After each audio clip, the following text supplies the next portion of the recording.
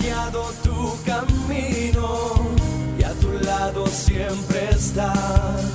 Sus promesas cumplirá y a su tiempo lo verás. Eres parte del pueblo de Dios, Él te levantará, te restaurará y tu victoria llegará. Fuiste llamado y escogido, a su voz has respondido. Es tiempo de creer. Centro Victoria, nacimos para vencer. Muy bien, esta mañana entonces queremos darle la bienvenida a todos ustedes, darle la bienvenida a las personas que nos siguen a través de las redes e invitarlos para que leamos la Biblia en un texto que ha sido discutido, tan difícil del que nunca hemos querido hablar en esta congregación y que probablemente usted tampoco va a escuchar hablar en otra iglesia. Está en la primera carta de Pedro.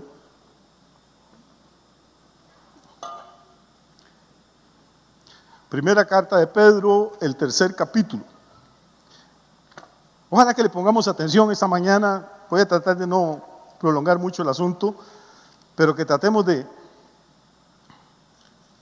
meternos en el tema, porque, repito, es importante.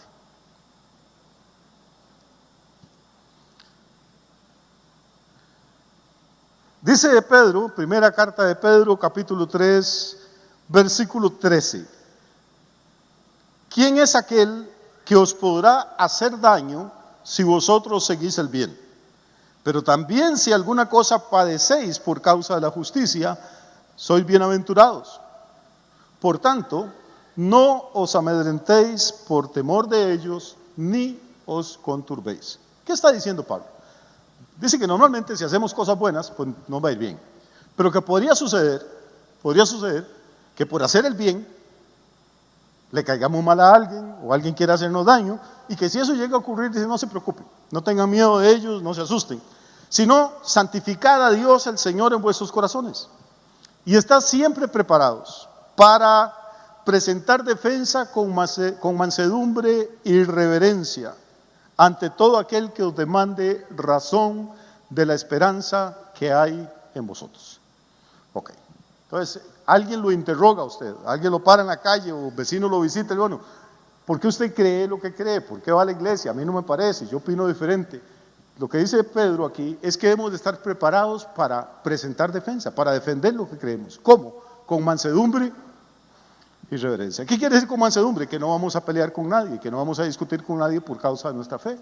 Y con reverencia significa que debemos de respetar lo que la otra persona opina y cree. Si queremos que nos respeten a nosotros, pues debemos de sembrar respeto en la vida de las otras personas.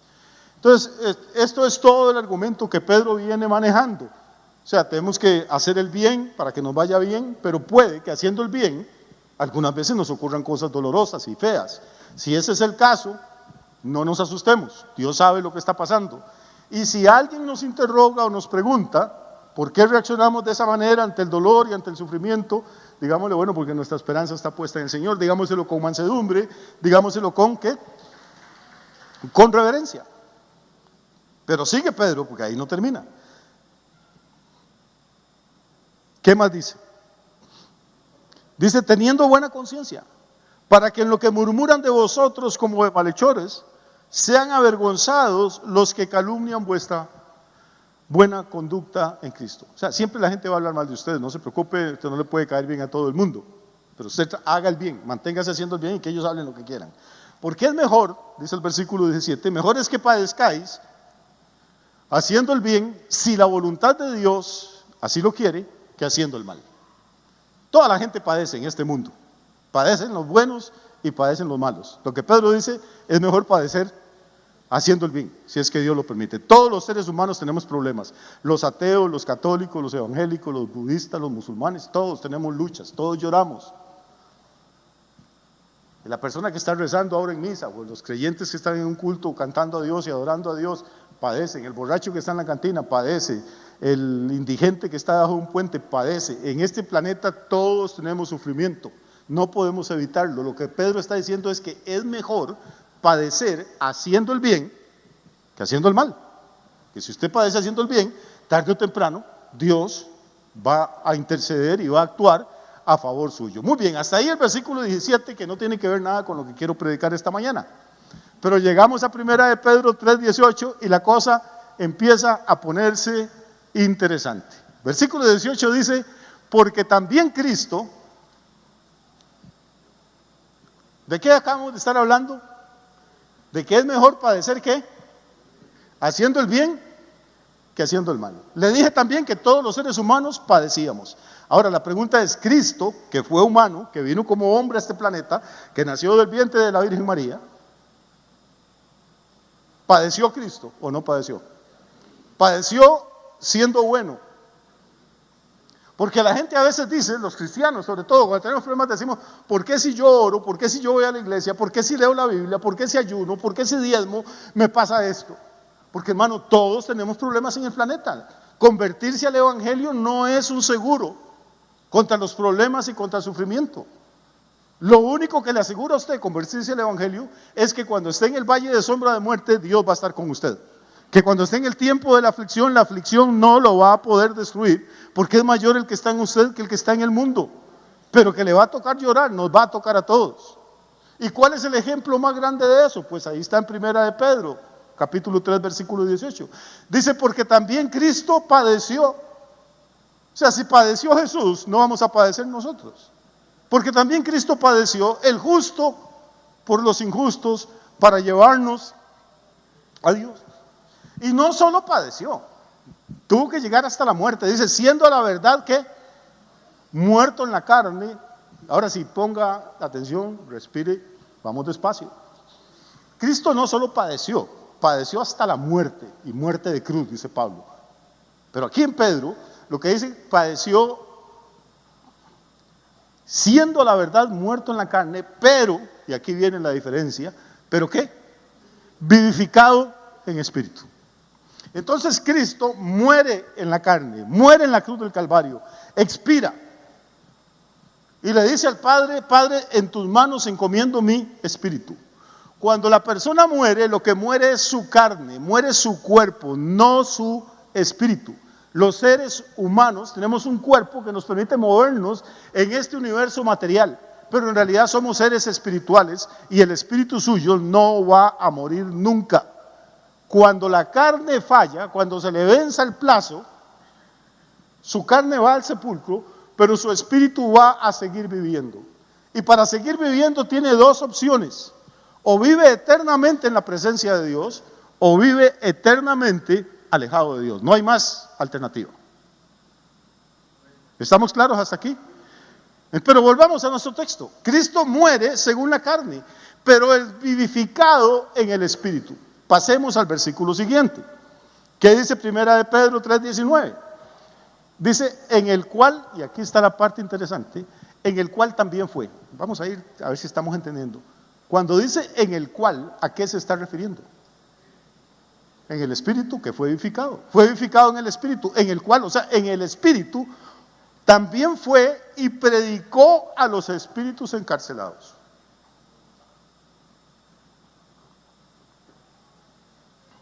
Vamos a ver. Entonces Jesús muere en la cruz, su carne, pero su espíritu es vivificado. Y en ese espíritu va. ¿Y qué hace? Le predica a los espíritus encarcelados. ¿Verdad que probablemente no ha oído ningún sermón de esto usted nunca? Ni yo tampoco, porque es complicado. Jesús muere, su cuerpo lo bajan de la cruz, lo ponen en un sepulcro, pero su espíritu está vivo. ¿Y qué está haciendo en su espíritu? Dice que fue. ¿A dónde fue? Ahorita vamos a tratar de averiguar. Fue en ese espíritu y le predicó a los espíritus encarcelados. ¿Cuáles son estos espíritus encarcelados? Leamos el versículo 20. Dice, los que en otro tiempo desobedecieron, cuando una vez esperaba la paciencia de Dios en los días de Noé, mientras preparaba el arca en la cual pocas personas, es decir 8, fueron salvadas por agua. Muy bien, entonces Jesús muere en la carne, es vivificado en el Espíritu y en el Espíritu va y le predica a los espíritus encarcelados. ¿Cuáles espíritus encarcelados?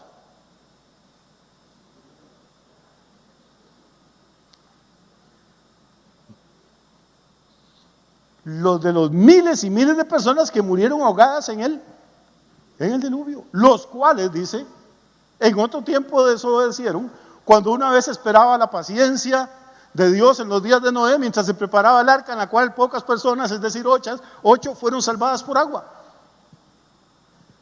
Porque leemos la historia del diluvio en Génesis y sabemos que las aguas cubrieron la tierra y que toda carne pereció. Bueno, sí, la carne pereció, se descompuso, pero ¿qué pasó con el alma de toda esa gente? ¿Qué pasó con su espíritu?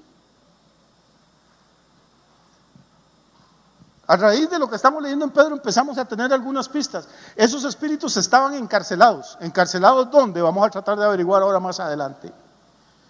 ¿Cuánto tiempo estaban encarcelados? ¿Tenían rato?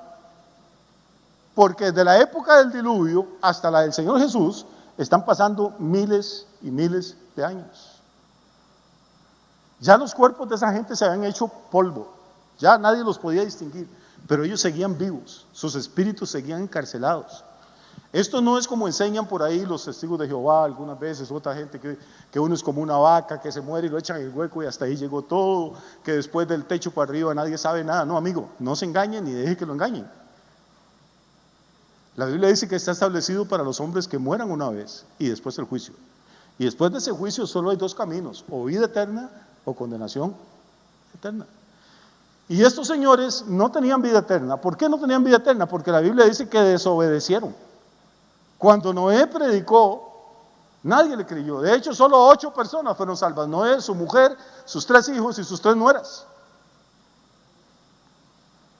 Esta gente tuvieron una oportunidad. Noé predicó el evangelio durante 120 años. 120 años de oír a un hombre de Dios decir: viene juicio, viene un diluvio, están haciendo mal, toda carne se ha corrompido, Dios está molesto, va a venir castigo. ¿Y sabe qué decía la gente? Pobre viejo. Eso le pasa a toda esa gente por estar hablando de Dios y todo, se vuelven chiflados.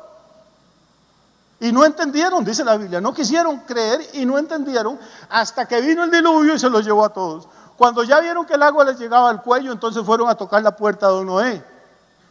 Upe, don Noé nos abre.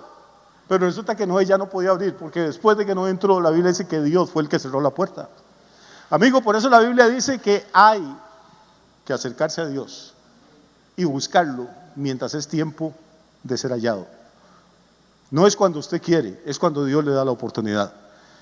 Y probablemente para usted, esta mañana, sea la oportunidad de acercarse a Dios, de buscarle, decirle: Dios, gracias por enviar a Cristo a morir por mis pecados. Yo reconozco que soy pecador, reconozco que solo no puedo salvarme, pero que tú me amas tanto que mandaste a tu Hijo a que diera su vida en la cruz del Calvario, para que yo no me pierda, sino que tenga vida eterna.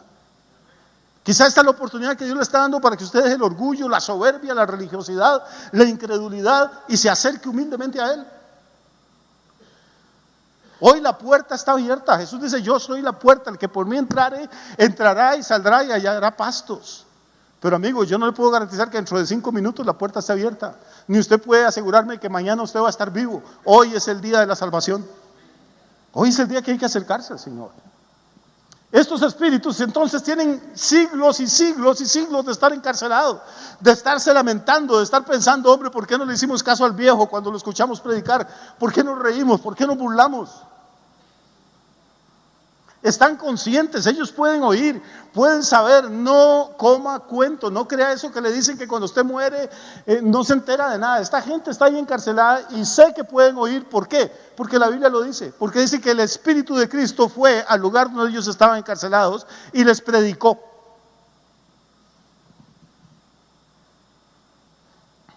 Ahora bien, ¿qué les predicó?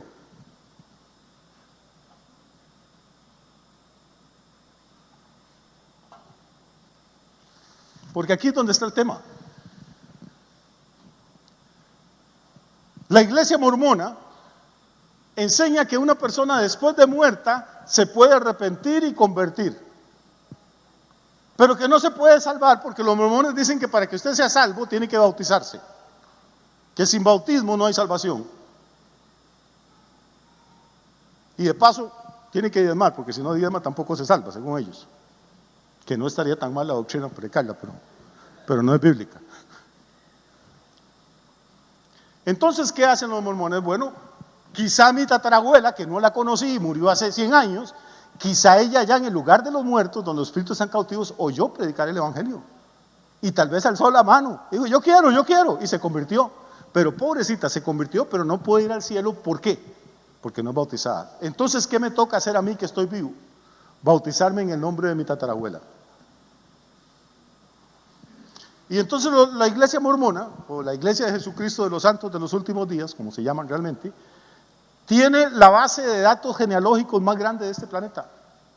En todos los países del mundo ellos escarban a ver quién engendró a quién, cuándo nació, quién se casó con quién, árabes, chinos, musulmanes, millones y millones y millones de datos. ¿Para qué? Para que en los templos de ellos los vivos se bauticen por los muertos. Pero nosotros no creemos eso. Nosotros no creemos que una persona después de muerta se pueda arrepentir ni convertir. Repito, ¿por qué? Porque bueno, la Biblia lo enseña una y otra vez. Está la historia del rico y Lázaro. Está Hebreos 9:27, una y otra vez dice, está establecido para los hombres que mueran una vez y después ¿qué? El juicio. Muy bien, amados, y si no se puede convertir, ¿para qué fue Jesús? ¿Para qué fue el Espíritu de Cristo al lugar de los muertos? Bueno, yo creo que fue por dos razones. Puedo estar equivocado, estoy dando mi opinión, como dice Pablo, como de quien ha alcanzado misericordia, pero eso es lo que creo que Dios me ha mostrado. Creo que Jesús, su cuerpo va a la sepultura, pero su espíritu va al lugar de los muertos, por dos motivos. Uno, para anunciarle a los que estaban encarcelados ahí, a los que desobedecieron, y decirles, muchachos, lo que Noé predicó, lo que los profetas anunciaron, lo que ustedes rechazaron, era verdad. Yo soy el Mesías, el Salvador, en el que ustedes no quisieron creer.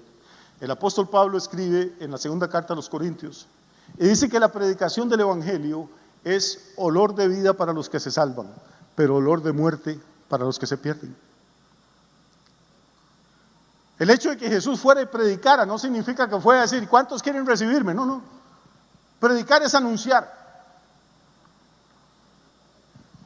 Anunciar la buena noticia de que todas las profecías se habían cumplido, de que Él era el Hijo del Dios viviente, de que Él había vivido una vida sin pecado, de que Él estuvo dispuesto a ir hasta la cruz, su cuerpo a la sepultura, y ahora su espíritu estaba ahí anunciándoles esas maravillas a ellos. No significa que les está diciendo cuántos quieren convertirse.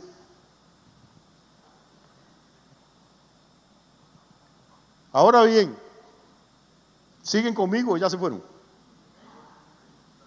Esto es importante, hermano. El lugar de los muertos en el Antiguo Testamento es un poco complicado.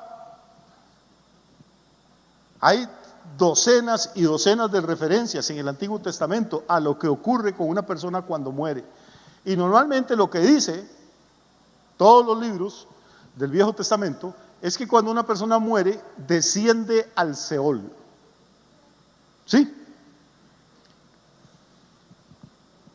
No dice ni que iba al cielo ni que iba al infierno, sino que descendía al Seol. ¿Qué podemos decir que es el Seol? Digamos que es el lugar donde iban los espíritus de los muertos, de los buenos muertos y de los muertos malvados, de los muertos creyentes y de los muertos incrédulos. Toda persona que moría iba al Seol.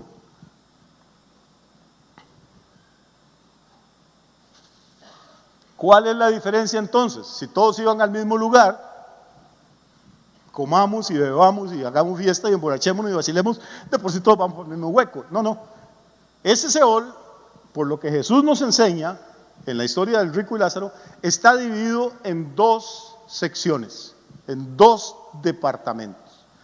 A uno le llama el seno de Abraham. ¿Se acuerdan? Lázaro abrió sus ojos y estaba ¿dónde? En el seno de Abraham. ¿Quién está ahí? Todos los hombres y mujeres que murieron creyendo la palabra de Dios, creyendo los profetas, esperando al Mesías.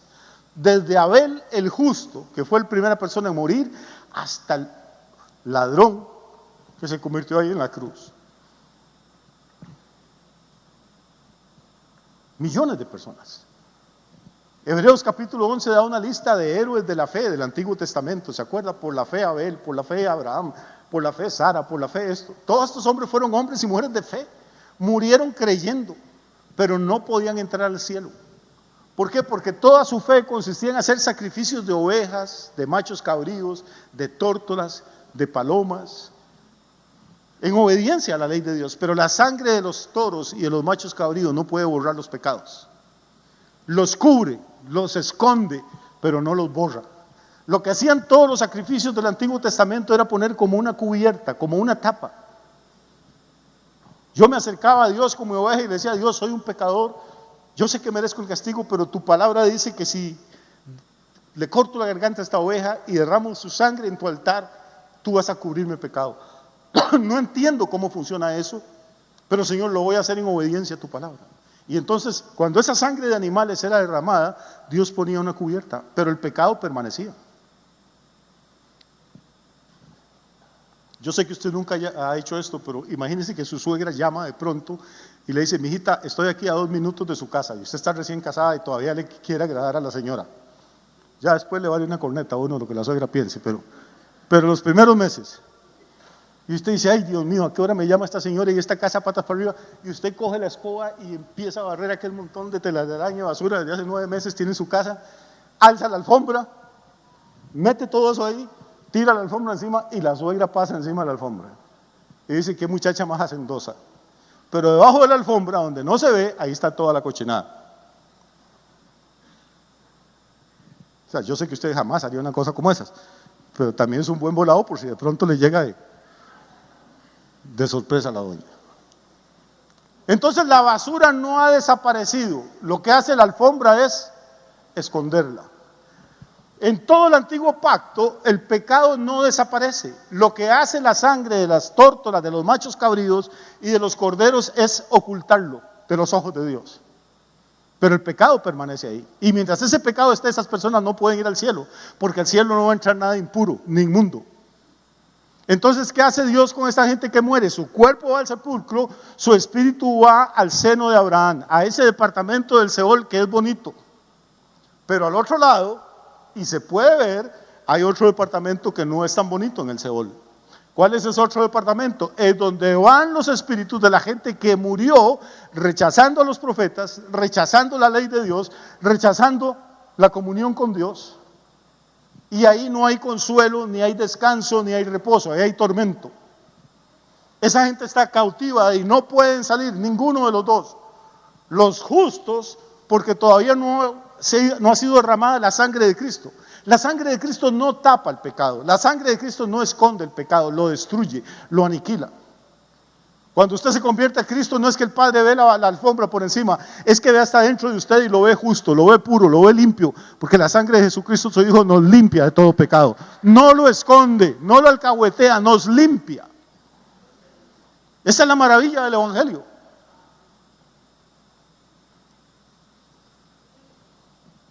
Entonces ahora tenemos en 1 de Pedro 3, del 18 al 20, tenemos a Jesús que va en el Espíritu al lugar de los muertos y predica. Y le dije que la predicación puede ser olor de vida para los que se salvan, dice Pablo, y olor de muerte para los que se pierden. Piense por un momento.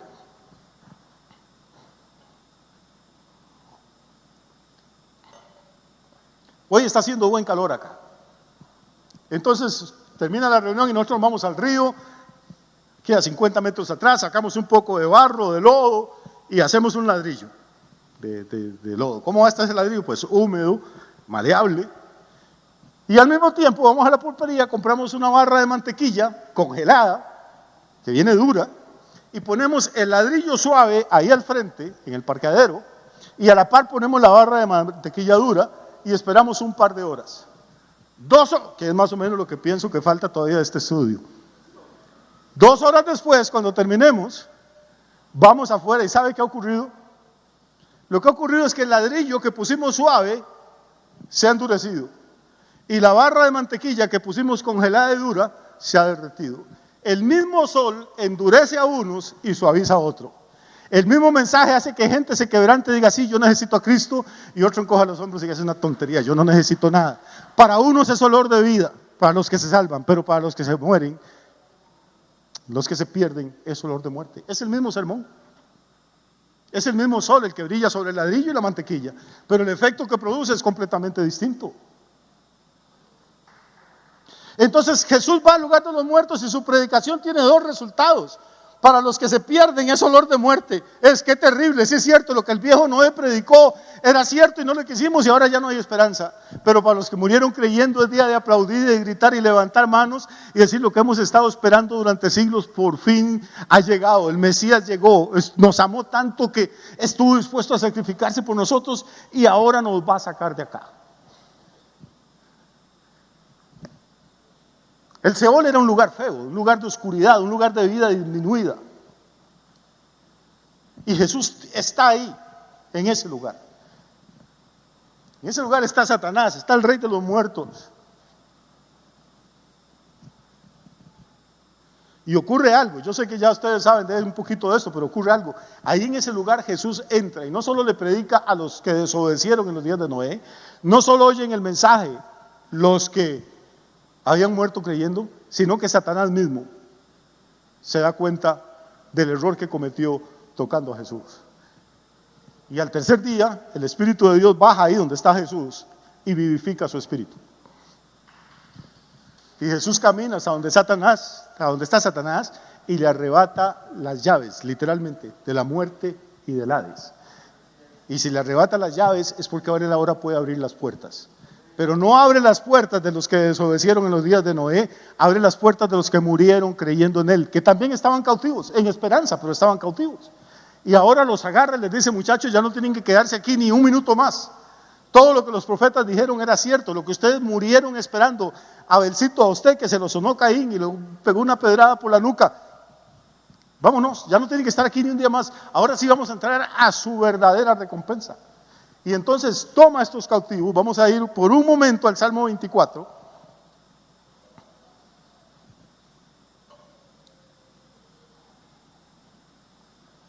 Ustedes me regalan 10 minutos de verdad y termino esto.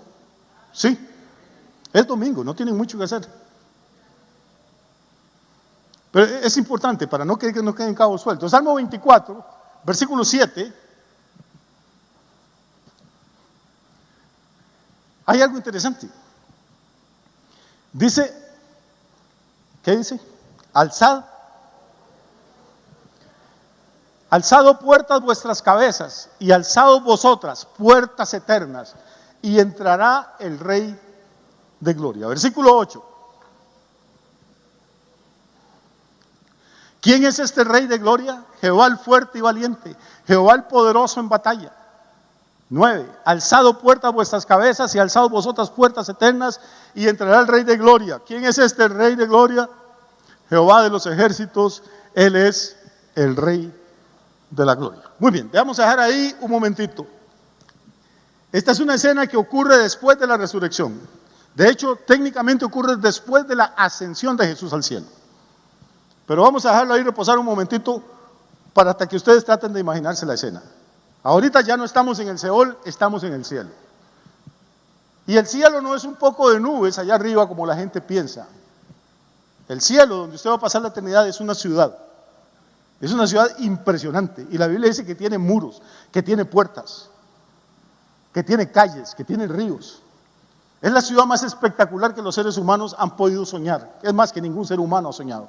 Dios la diseñó desde antes de la fundación del mundo para que sea la morada de los justos. Ese era el lugar que estaba esperando aquella gente que estaba en el seno de Abraham, en el Seol.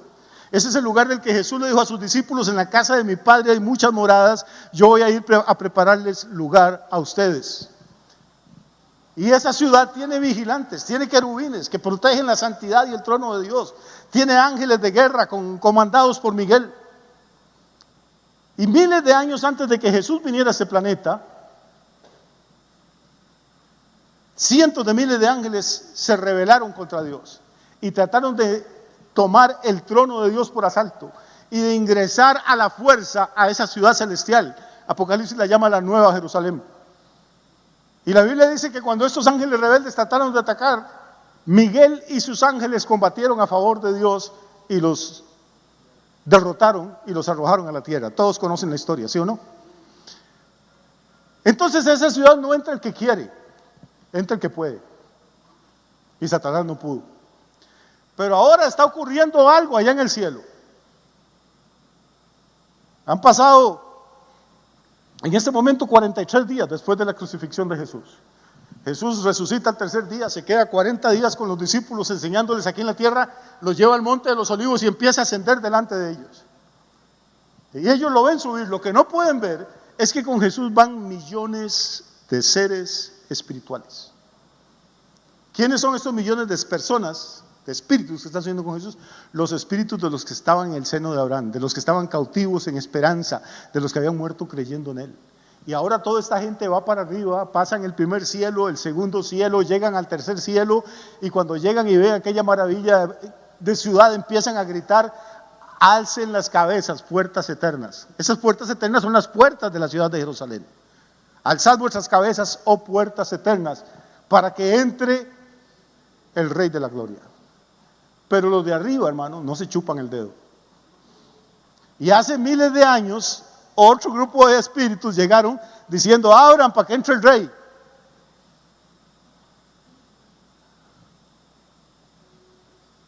Y el Rey era el chamuco. Y por eso Miguel tuvo que pelear y rechazarlo. No, señor.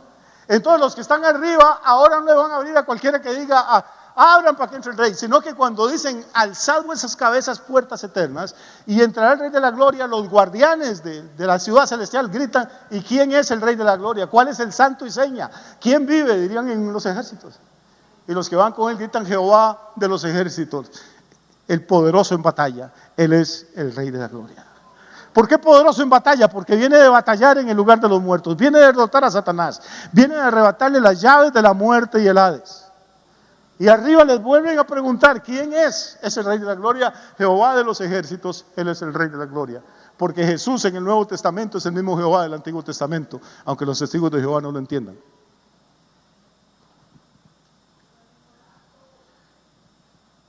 Pastor, ¿y de qué nos sirve todo esto a nosotros? De mucho, hijo.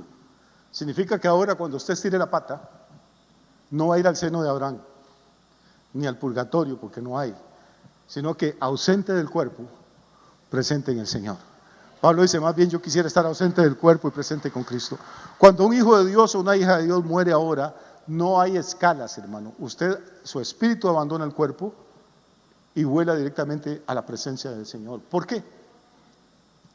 Porque el Señor tomó esa parte del Seol, donde estaban los que habían muerto creyendo en Él, que estaban cautivos ahí, y los llevó con Él hasta la nueva Jerusalén. Vamos a ir un momentito al Salmo 68 y ya vamos a terminar.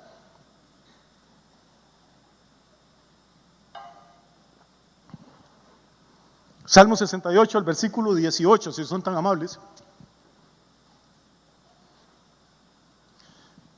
David está profetizando. Esto David lo escribió 1000 años antes de que Jesús naciera. Y escribe un verso rarísimo, porque de verdad es raro, léalo. Dice: subiste a lo alto, cautivaste la cautividad, tomaste dones para los hombres y también para los rebeldes, para que habite en ellos Jehová. Subiste a lo alto, cautivaste a la cautividad, tomaste dones para los hombres y también para los rebeldes, para que habite en ellos Jehová. Eso es lo que David escribió. ¿Por qué lo escribió? No tenemos ni la menor idea. El Espíritu Santo lo inspiró, para que escribiera esto, y ahí quedó. Pasan 1000 años y pico, ya David muerto, desintegrado, y viene el apóstol Pablo en Efesios capítulo 4 y nos dice algo. Recuerde, es Salmo 68, 18 lo que dice. Dice: subiste a lo alto, cautivaste la cautividad, tomaste dones para los hombres y también para los rebeldes, para que habite en ellos Jehová. Ahora llegamos a Efesios 4, vamos a avanzar un poquito hasta el versículo 8.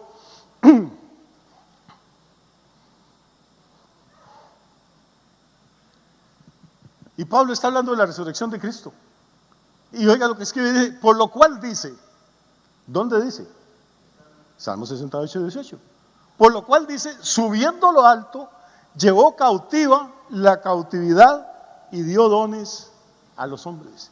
Entonces, cuando Jesús subió a lo alto, cuando ascendió, hizo algo. ¿Qué hizo? ¿Llevó qué? ¿Cuál cautividad? No la de los que desobedecieron en los días de Noé, esos se quedaron ahí, todavía están esperando, sino la de los que habían muerto creyendo en Él. Y esos cautivos que Él liberó, que Él llevó arriba, eran los que gritaban: alzaos vosotras puertas eternas para que entre el Rey de la Gloria. Iban felices, después de siglos y milenios de estar esperando, sin ver nada, nada más creyendo en la palabra que habían oído.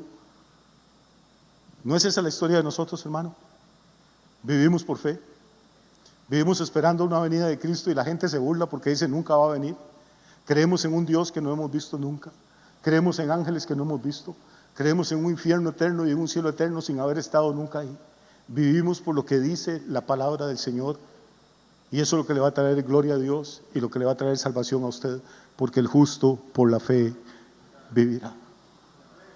No vivimos por lo que vemos, no vivimos por lo que dicen los noticieros, vivimos por lo que dice la palabra bendita de Dios. Y voy a terminar esta mañana invitándolos que terminemos por el final, que vayamos al libro de Apocalipsis, primer capítulo.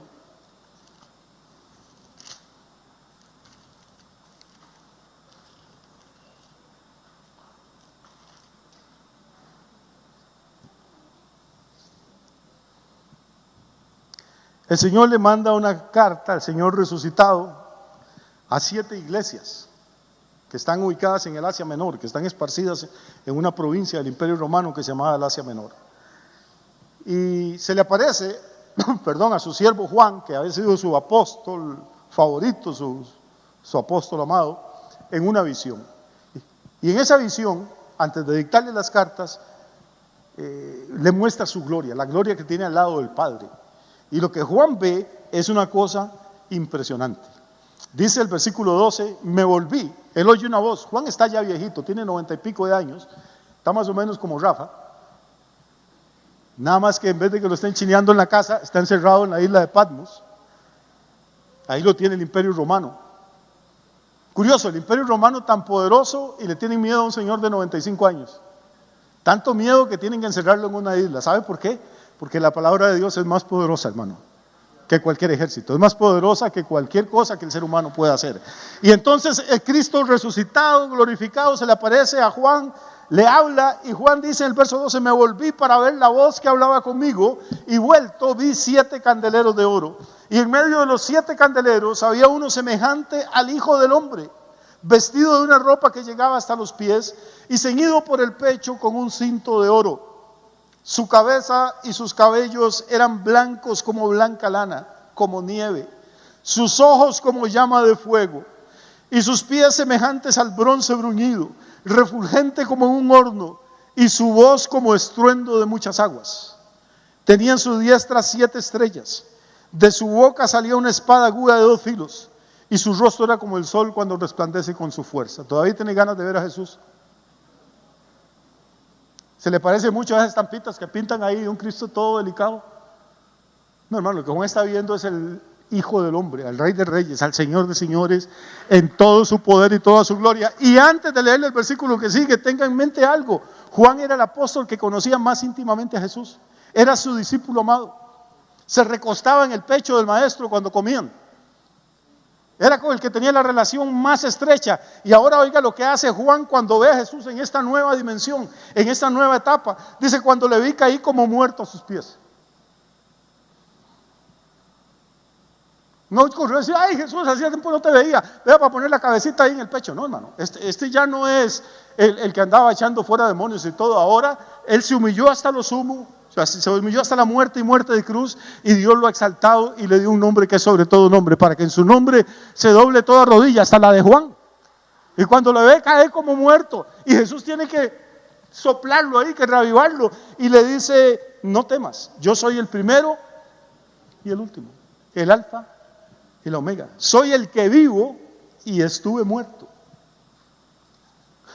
¿Cuánta gente puede decir eso?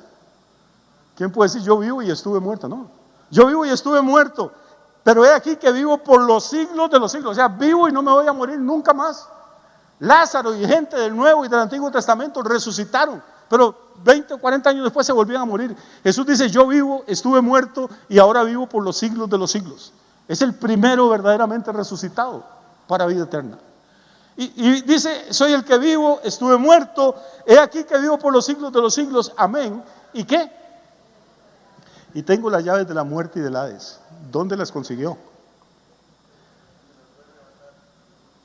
cuando bajó, ¿se acuerda? Subió a lo alto y llevó cautivo a la cautividad. Y Pablo dice en Efesios 4, ¿y esto de que subió qué es? Sino que primero había descendido hasta las partes más bajas de la tierra. Y cuando descendió ahí, le predicó en su espíritu vivificado a los muertos. Para unos para perdición y a otros para salvación. Y le arrebató al enemigo las llaves de la muerte y el Hades. Así que ahora ni la muerte, ni el infierno, ni Satanás es algo que usted tiene que temer, porque estamos del lado del vencedor. El que derrotó al enemigo, el que derrotó la muerte y el que derrotó el Hades es el que nos está salvando a nosotros y el que camina en medio de nosotros en esta mañana. Así que ánimo, hermanos, estamos del buen lado, estamos del equipo ganador. Nuestros enemigos pueden ser muchos, sus problemas y los míos pueden ser montones, pero es más el que está en nosotros que el que está allá afuera, es más grande. Que Dios los bendiga, que tengan una semana muy, muy linda, muy bendecida.